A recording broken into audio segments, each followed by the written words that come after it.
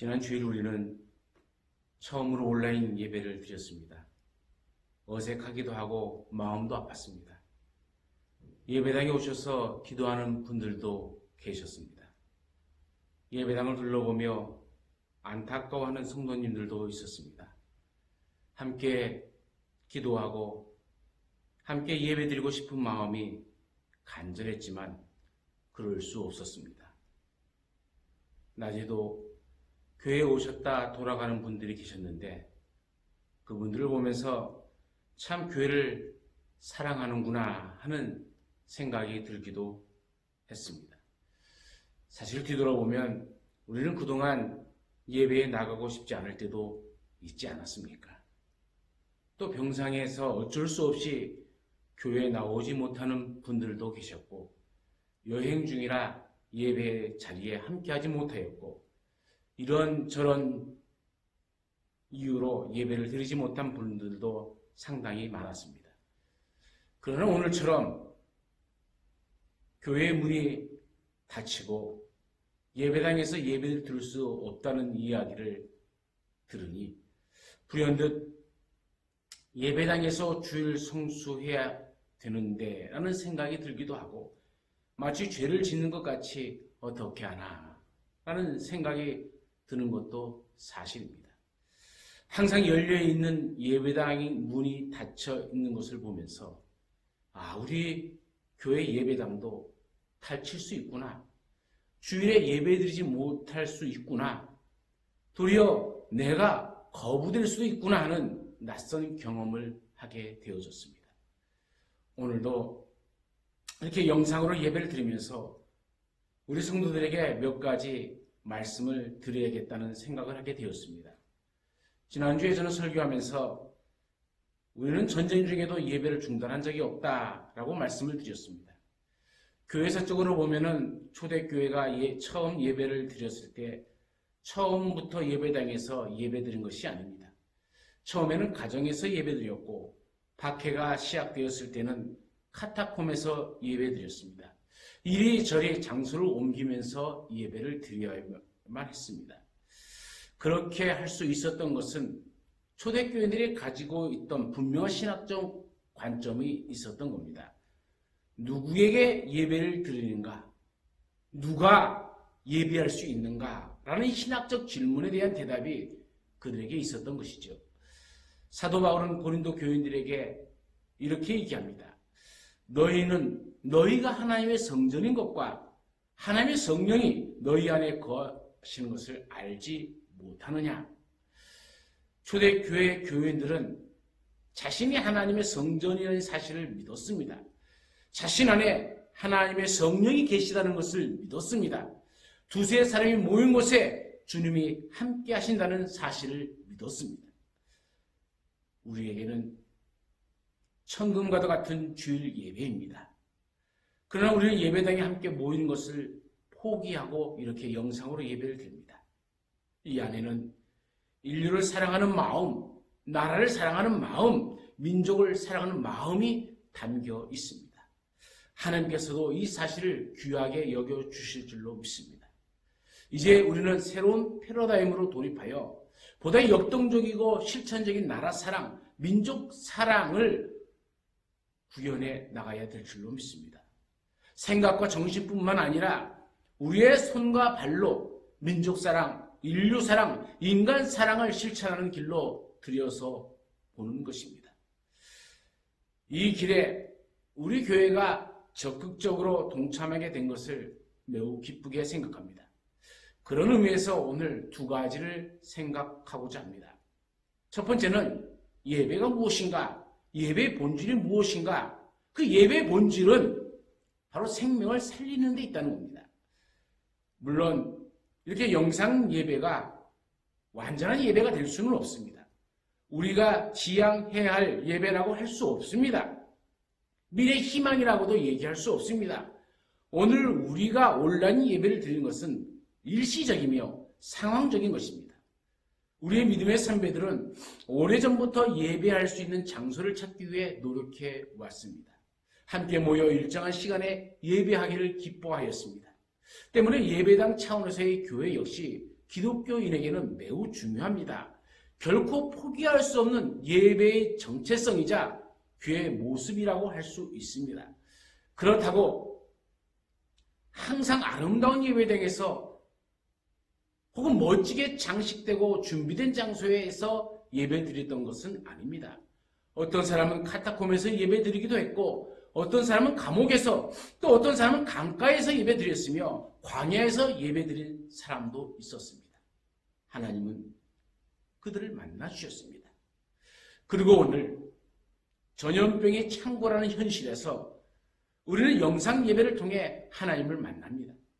예배를 안 드리는 것이 아니라 위기 상황 속에서 잠시 예배의 형태가 바뀐 것입니다. 그러므로 우리가 하나님의 성전이며 우리 안에 성령이 거하신다는 이 사실을 믿는다면 두려워할 필요가 없습니다. 두세 사람이 모인 곳에 주님이 함께 하실 줄로 믿습니다. 아울러 영상으로 예배를 드리는 이 날에 우리가 기억해야 될 것은 가능하면 홀로 예배 드리기보다 가족이 함께 모여 예배 드리는 것이 좋겠습니다. 두세 사람이 모이는 곳에 주님이 함께 하신다는 이 말씀을 기억해야 될 줄로 믿습니다. 두 번째로 생각해 볼 것은 전염병에 대응하는 기독교인의 자세입니다. 간혹 자신의 믿음을 자랑하는 분들이 있습니다. 전염병이 오더라도 예배당에서 드려야 한다고 강하게 주장하는 분들도 있습니다. 하나님께서 우리를 지켜주실 텐데 왜 걱정하느냐라고 반문하는 분들도 있습니다. 믿음을 가져야 하지 않겠느냐 말하기도 합니다. 전염병 때문에 예배당에 나오지 못하는 것은 믿음 없는 행위라고 비판하기도 합니다. 하나님의 능력이 무한하고 우리를 잘 돌보고 계시는데 왜 믿지 못하냐고 야단치는 분들도 있습니다. 최근 보도되는 내용을 보니 신천지가 그러한 믿음을 가지고 있었다는 사실을 알게 되었습니다. 정확히 말하면 믿음이 아닙니다. 결국 전국적으로 많은 사람에게 큰 피해를 주는 상황이 되고 말았습니다. 중세와 종교개혁 시대에도 전염병이 발생했습니다. 흑사병이 발생했습니다. 패스트로 많은 사람이 죽어갔습니다. 이런 상황 속에서 종교개혁가들은 어떤 신학적인 태도를 취했겠습니까? 찌빙글리가 살던 제네바에 당시 7,000명이 살고 있었습니다. 당시 패스트로 인해서 2,000명이 사망했습니다. 찌빙글리 역시 자녀를 흑사병으로 잃었습니다. 자신도 흑사병에 걸려 2달이나 고생하다가 겨우 살았다고 합니다. 그런데 당시 사람 중에는 흑사병이 전파될 때에 약을 받으려 하지도 않고 흑사병에 감염된 사람들이나 그 장소를 피하지 않는 사람들이 종종 있었습니다. 모든 것이 하나님의 뜻이다 라고 하면서 마치 강한 믿음을 가지고 있는 것처럼 행동하는 사람들이 꽤 있었습니다. 하지만 그들이 그렇게 함으로써 전염병을 전파하는 상황이 되어지고 말았습니다. 믿음이 좋다고 하는 사람들이 도리어 전염병의 숙주 역할을 하게 된 것이죠. 이와 같은 상황을 보면서 브레슬라우의 목사 요한 헤스로로부터 치명적인 흑사병이 있을 때에 그리스도인들은 도망하는 것이 적절한가라는 질문을 루터가 받게 되었습니다. 그때 마틴 루터는 치명적인 흑사병으로부터 도망칠 수 있는가라는 소책자의 글을 썼습니다. 하나님의 작정 안에서 악한 자가 독과 치명적인 병을 퍼뜨렸다. 그러므로 나는 하나님께 자비를 베푸셔서 우리를 지켜달라고 간구할 것이다. 그리고 나는 소독하여 공기를 정화할 것이고 약을 조절하여 먹을 것이다. 나는 내가 꼭 가야 할 장소나 꼭 만나야 할 사람이 아니라면 피하여 나와 이웃 간의 감염을 예방할 것이다. 혹시라도 나의 무지한 태만으로 이웃이 죽임을 당하게 해서는 안 되기 때문이다. 만일 하나님이 나를 데려가기를 원하신다면 나는 당연히 죽게 되겠지만 적어도 내가 내 자신의 죽음이나 이 죽음의 책임을 져야 할 일은 없을 것이다. 그러나 이웃이 나를 필요로 한다면 나는 누구든 어떤 곳이든 마다하지 않고 달려갈 것이다. 루터는 이 글에서 전염병이 발생했을 때 피하지 않는 것은 하나님을 믿는 것이 아니다라고 말을 합니다. 도리어 하나님을 시험하는 것이다 라고 말을 합니다. 전염병이 하나님의 허락하신 가운데 악한 이들로부터 시작된 일이므로 전염병을 퍼뜨리는 일은 마귀의 행동과 같다라는 그런 말입니다. 죽음에 이르게 할 수도 있기 때문에 자살을 하는 것과 같다라고까지 이야기하고 있습니다. 루터는 집에서 불이 났는데 이것이 하나님의 뜻이다라고 말하며 집안에 있을 것인가? 물속에 빠졌는데 이것은 운명이다라고 생각하면서 숨을 쉬지 않고 죽어가는 것이 마땅한가라는 질문을 하게 되어집니다. 우리는 전염병의 위기 속에서 두 가지 계명을 생각하며 판단하고자 합니다. 전염병이 돌면서 예배 드릴 수 없는 상황이 되자 많은 분들이 생각하는 계명이 있습니다. 안식일을 기억하여 거룩히 지키라라는 계명입니다. 이 계명을 생각하며 예배당에 꼭 나와 예배 드려야 한다고 고집하는 분들이 있습니다. 그러나 또 하나의 계명이 있습니다. 살인하지 말지니라라는 계명입니다. 예배를 지키려다가 도리어 살인에 도달할 수 있다는 사실을 잊지 말아야 됩니다. 특히 전염병의 상황에서 말입니다.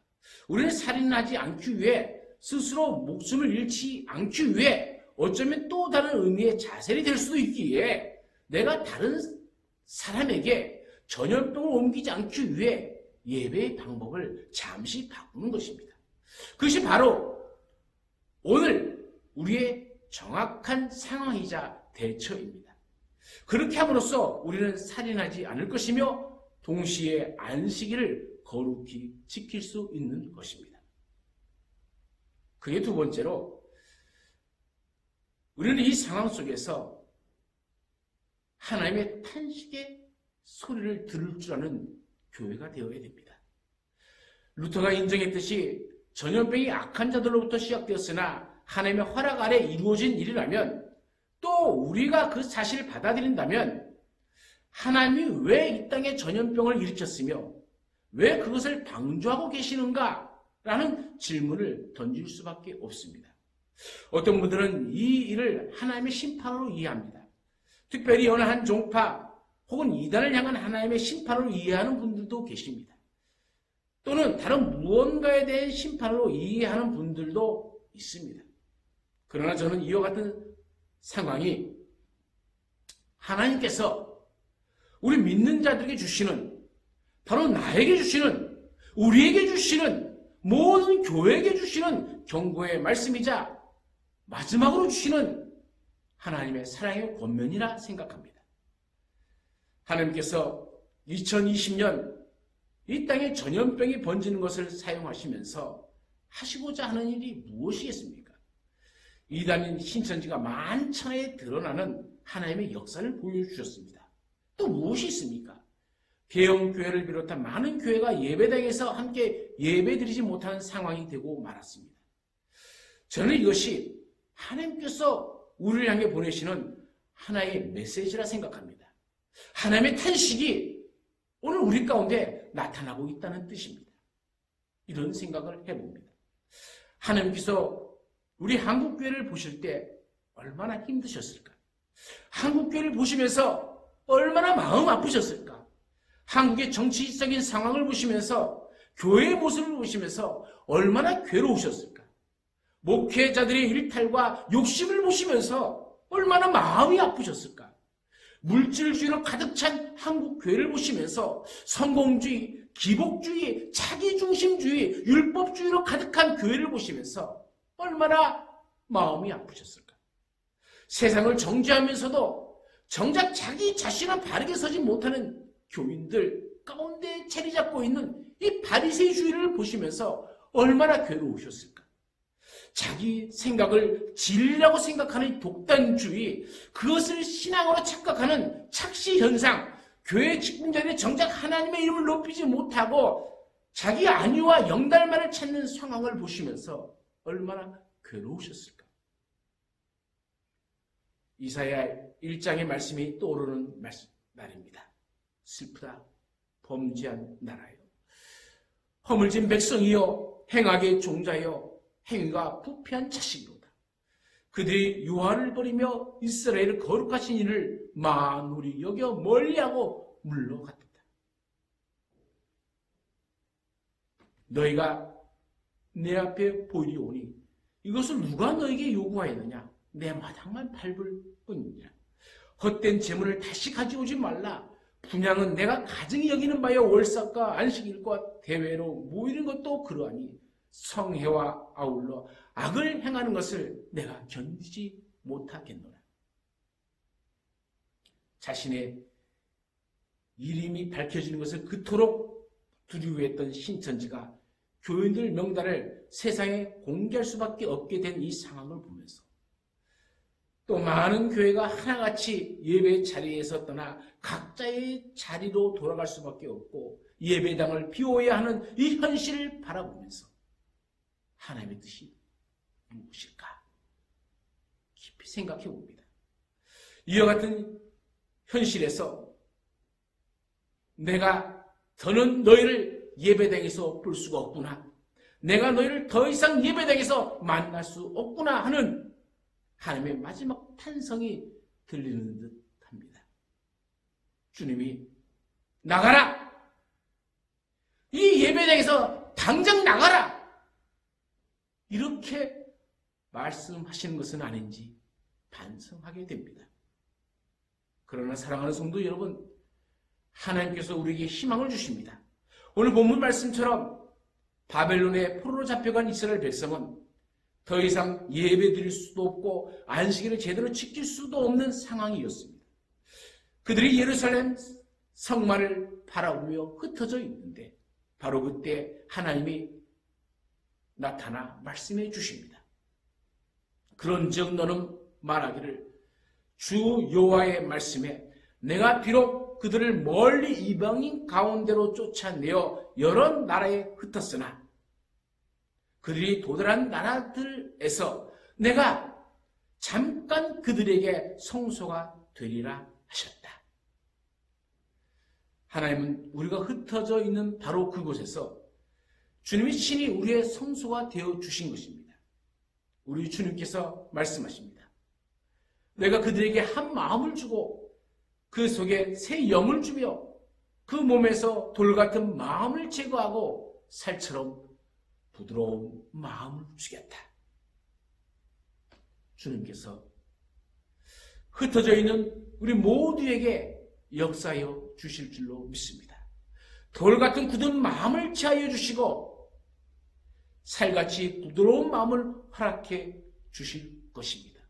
원망, 불만, 불평의 목소리가 아니라 위로하고 격려하고 배려하는 그 마음을 주실 줄로 믿습니다. 주님의 영이 지금 이렇게나마 영상으로 예배드리는 모든 가정마다 여러분의 심령마다 그 은혜가 넘치기를 바랍니다. 사랑하는 여러분, 새로운 기회가 되어 다시 출발합시다. 새로운 교회가 됩시다.